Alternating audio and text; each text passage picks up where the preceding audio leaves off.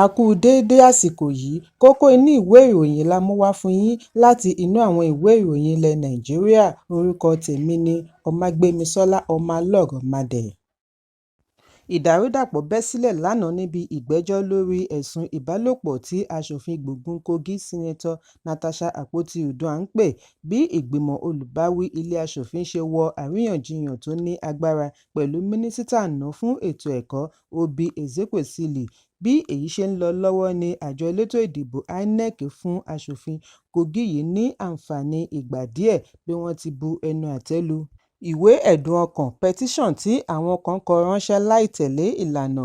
Ọjọ́ 6 oṣù kẹta ni wọ́n ní kí Akpoti-Uduaghan lọ rọ́kúnlé lẹ́yìn àríyànjiyàn tí ó bẹ́ sílẹ̀ pẹ̀lú ààrẹ ilé ìgbìmọ̀ Godswill Akpabio lórí ètò ààyè ìjókòó tí aṣòfin yìí ní wọ́n mọ̀ọ́mọ̀ fi kéré òun. Fàákájà yìí gbọ̀nà àrà bí Akpoti-Uduaghan ṣe sọ lórí ẹ̀rọ amóhùnmáwòrán wípé Akpabio mọ̀ọ́mọ̀ fi ìyà jẹ òun nítorí òun kọ̀ láti fi ẹ̀yìn lélẹ̀ fún un.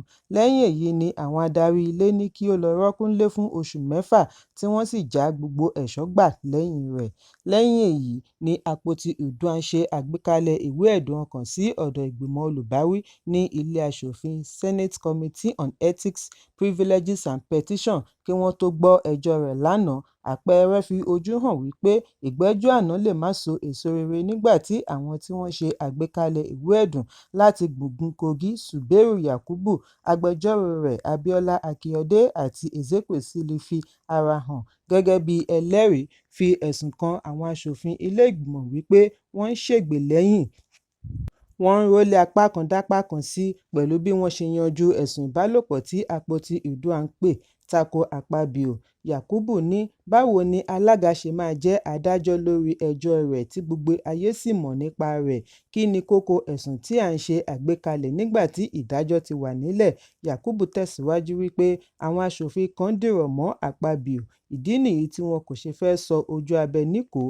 Àwọn ọ̀rọ̀ wọ̀nyí bí àwọn aṣòfin nínú bí wọ́n ti bu ẹnu àtẹ́ lu Yakubu wípé ó fẹ́ bà wọ́n lórúkọ jẹ́. Bákan náà ni wọ́n dọ́gbọ́n fẹ́ yọ ẹsẹ̀ Ezekwesili lẹ́kù pẹ̀lú ẹ̀sùn wípé ó mọ̀ọ́mọ̀ wá láti díbọ́n bí ẹlẹ́rìí. Ṣùgbọ́n Ezekwesili yarí wípé wọ́n gbọ́dọ̀ gbọ́ ohun tí òun fẹ́ sọ. Ó ní kí wọ́n búra fún òun gẹ́gẹ́ bí ẹlẹ́rìí nítorí ọmọ Nàìjíríà ni òun jẹ́. Ṣùgbọ́n ariwo ni àwọn aṣòfin fi pa á lẹ́nu mọ́. Bí rògbòdìyàn yìí ṣe ń lọ lọ́wọ́ ni mínísítà àná yìí àti aṣòfin tó ń ṣaṣojú àríwá Ebonyi Sínátọ̀ Peter Nwebonyi bẹ̀rẹ̀ sí í pariwo léra wọn lórí. Ezekwesili pariwo wípé o ò lè jókòó síbẹ̀ yẹn kó o ní kí n má sọ̀rọ̀, ni Nwebonyi náà bá pariwo mọ́ padà wípé má kàn mí lábùkù, ta ni ẹ́ tó ń sọ fún mi kí n dákẹ́? Òpònú ni ẹ́, òpònú ẹni 70 ọdún.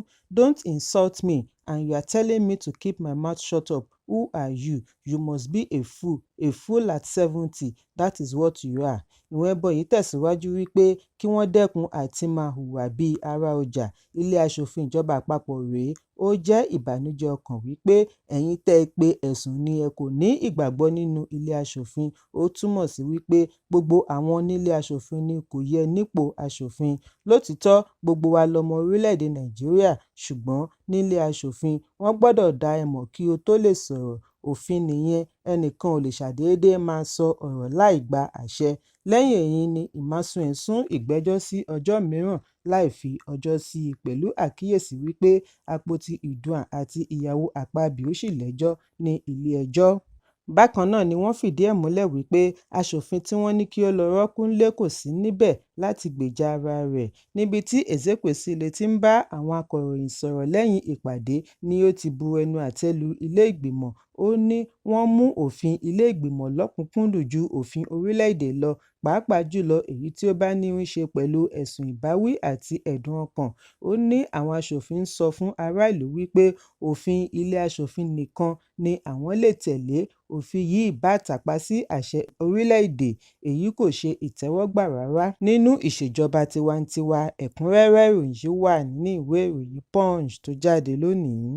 ológun tí wọn kò tí ì fìdí ẹ̀ múlẹ̀ iye tí wọ́n jẹ́ ni a gbọ́ wípé àwọn ọmọ ẹgbẹ́ Boko Haram ṣekú pa níbi ìkọlù sí ìpàgọ́ àwọn ológun ní Sabongeri, ìjọba ìbílẹ̀ Damboa, ìpínlẹ̀ Borno ní ọjọ́ Ajé. Àwọn olùgbé àdúgbò yìí fìdí ẹ̀ múlẹ̀ wípé ìkọlù yìí wáyé nírọ̀lẹ́, bí wọ́n ti dé ni wọ́n yìnbọn káàkiri tí wọ́n fi ṣekú pa ológun tí àwọn mìíràn fi ara pa yánnayànna. Ìròyìn lẹ́kùnrẹ́rẹ́ kò tí ì farahàn, ṣùgbọ́n olùgbé Damboa kan, Abba Usman, ní bí àwọn ológun yìí ṣe lọ sígun wá ni wọ́n tẹ àdó olóró tí àwọn agbésùmọ̀mí ti pèsè kalẹ̀, tí ó yọrí sí ìdúgbàmù àti ìṣòfò ẹ̀mí. Òṣìṣẹ́ ológun kan náà fìdí ẹ̀ múlẹ̀ wípé ìkọlù wáyé níbi tí wọ́n ti ṣekú pa ọ̀pọ̀lọpọ̀ ológun, ṣùgbọ́n òun kò mọ iye wọn. Ṣùgbọ́n kọmíṣánná fún ìròyìn àti ààbò abẹ́nú Usman Tarr fìdí ẹ̀ múlẹ̀ wípé ìṣẹ̀lẹ̀ wáyé, ó sì dá òun lójú wípé ìdúgbàmù wáyé ní agbègbè kan ní Wajiroko lábẹ́ Damboa. Ó ní àwọn ológun tẹ àdó olóró IED mọ́lẹ̀ ni àwọn fi pàdánù ológun kan tí ẹlòmíràn fi ara ṣèṣe, wípé kì í ṣe ìkọlù àdó olóró ni àwọn ológun tẹ̀ mọ́lẹ̀. Ẹ̀kúnrẹ́rẹ́ ìròyìn yìí wà ní ìwé ìròyìn Punch tó jáde lónìí. Àwọn òṣìṣẹ́ ọlọ́pàá pẹ̀lú àwọn akẹgbẹ́ wọn láti iléeṣẹ́ ológun orí omi, ojú òfurufú pẹ̀lú àwọn ẹ̀ṣọ́ aláàbò mìíràn sọ lánàá wípé àwọn bá ìmọ̀ àwọn tí wọ́n fẹ́ gbìyànjú àti ba ọ̀pá epo mìíràn jẹ́ ní ìpínlẹ̀ Rivers. Èyí ń wáyé ní ọjọ́ kan náà tí àgbájọwọ́ àwọn òṣìṣẹ́ ń lérí láti gùnlé ìyanṣẹ́lódì bí ìjọba àpapọ̀ bá kọ̀ láti ká òfin ìlú òfararọ kúrò láìpẹ́ ọjọ́. Bákan náà ni wọ́n ké sí ilé-ẹjọ́ gíga tó fìkàlẹ̀ sí ìlú Àbújá kan kí ó júwe ilé fún alákòóso Administrator ìpínlẹ̀ Rivers, Vice Admiral Ibokete Ibas. Bẹ́ẹ̀, lánàá òde yìí ni Ibas yan akọ̀wé-gboyè Ibibia Wo-Rika tí í ṣe amòfin gẹ́gẹ́ bí akọ̀wé ìjọba ìpínlẹ̀ tuntun SSG. Ọlọ́pàá tí ó sọ̀rọ̀ gẹ́gẹ́ bí agbẹnusọ àwọn ẹ̀ṣọ́ yòókù wá jẹ́jẹ̀ẹ́ láti dáàbò bo gbogbo ohun ìní ìjọba, láti rí i dájú wípé ààbò wà fún ẹ̀mí àti dúkìá ará ìlú láàrin àṣẹ pàjáwìrì emergency rule tó ń lọ lọ́wọ́. Ó ní àgbájọwọ́ ìgbìyànjú wọn ti mú kí àlàáfíà jọba láàrin ìpínlẹ̀. Wọ́n ní ó ṣe pàtàkì láti dènà ìtàpá sí òfin àti àṣẹ. Àwọn sì fi dá aráàlú lójú wípé fún ìgbà díẹ̀ ni ohun tí ó ń ṣẹlẹ̀, láìpẹ́ àlàáfíà tó péye yóò padà sí ìpínlẹ̀.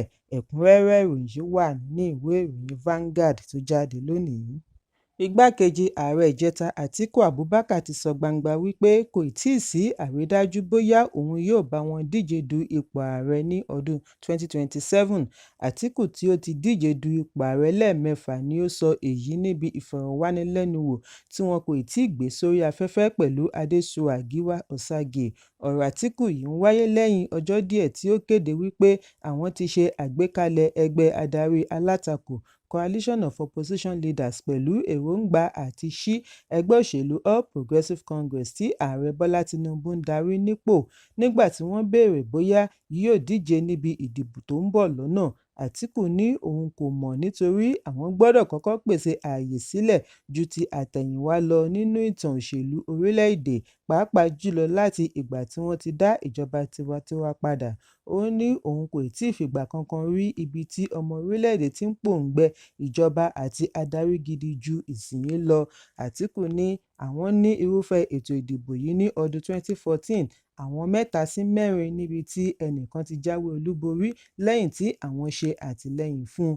Bẹ́ẹ̀, àhesọ ń lọ nígboro bóyá Atiku yóò ṣe àtìlẹ́yìn fún olùdíje du ipò ààrẹ láti ẹgbẹ́ Labour, Peter Obi, àti gómìnà àná fún ìpínlẹ̀ Kaduna, Nasir El-Rufai, fún ìdìbò ọdún 2027.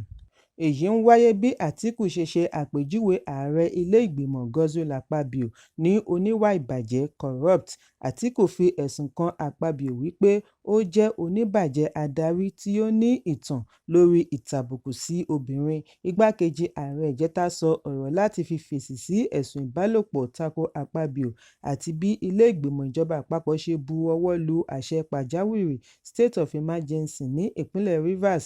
Níbi ìfọ̀rọ̀wánilẹ́nuwò yìí kan náà ni Atiku ti ní kì í ṣe wípé Akpabio bàjẹ́ nìkan, ṣùgbọ́n ó tún ní ìwà ìtàbùkù sí obìnrin. Ó ní láti ìgbà tí ààrẹ ilé-ìgbìmọ̀ ti wà ní ipò gómìnà ni ó ti jẹ́ oníbàjẹ́ ènìyàn. Bákan náà ni kò ya òun lẹ́nu lórí ìkéde ìlú òfararọ tí ilé-ìgbìmọ̀ bu ọwọ́ lù nítorí àwọn adarí wọn bàjẹ́, òun kò sì kábàámọ̀ láti sọ èyí kí wọ́n ṣe ohun tí ó bá wù wọ́n. Bákan náà ni Àtíkù sọ̀rọ̀ lórí ìdí tí òun ṣe kọ̀ àti yan gómìnà àná fún ìpínlẹ̀ Rivers Nyesom Wike gẹ́gẹ́ bí olùdíje papọ̀ running mate nígbà ìdìbò ọdún 2023. Bí a kò bá gbàgbé wípé Wike pàdánù tíkẹ́ẹ̀tì láti díje du ipò ààrẹ ọdún 2023 láti ẹgbẹ́ òṣèlú People's Democratic Party (PDP) sí ọwọ́ Àtíkù. Ìrètí sì wà wípé Wike ni yóò jẹ́ igbákejì Àtíkù, ṣùgbọ́n kàkà bẹ́ẹ̀ gómìnà àná fún ìpínlẹ̀ Delta Ifeanyi Okowa ni Àtíkù yàn. Ọ̀pọ̀ àwọn tí ọ̀rọ̀ kàn nídìí òṣèlú ni wọ́n ní ìgbàgbọ́ wípé èyí ni ó fa gbọ́nmi-sí-omi-ò-tó láàrin Àtíkù àti Wike tí ó ti di mínísítà agbègbè ilé ìjọba báyìí. Àtíkù ṣe ìrántí bí àwọn àgbààgbà ẹgbẹ́ ṣe fi ẹ̀sùn kàn án wípé kò kàn sí wọn kí ó tún yan gómìnà àná fún ìpínlẹ̀ Anambra Peter Obi gẹ́gẹ́ bí olùdíje papọ̀ running mate nígbà ìdìbò ọdún 2019. Ìdí nìyí tí òun fi fún wọn ní àǹfààní láti yan ẹnìkan nínú àwọn mẹ́ta tí òun fà kalẹ̀. Igbákejì ààrẹ ìjẹta ní ìgbìmọ̀ yíyan Ifeanyi Okowa lẹ́ni àkọ́kọ́. Wike ṣe ipò kejì kí gómìnà àná fún ìpínlẹ̀ Akwa Ibom Udom Emmanuel tó ṣe ipò kẹta. Èyí ló mú òun mú Ifeanyi Okowa. Ẹ̀kúnrẹ́rẹ́ ìròyìn yìí wà nínú ìwé ìròyìn Daily Post tó jáde lónìí. Kókó inú ìwé ìròyìn tòní kò ní jù báyìí lọ. Ẹ pàdé mi ní ìrọ̀lẹ́ fún àkọ́tún ìròyìn. Kí a tó lọ, ẹ má ṣaláì fi àkíyèsí yín ránṣẹ́ kí ẹ sì bá wa subscribe sójú náà wa lórí YouTube kí kókó inú ìwé ìròyìn lè máa tẹ̀ yín lọ́wọ́ ní kíákíá.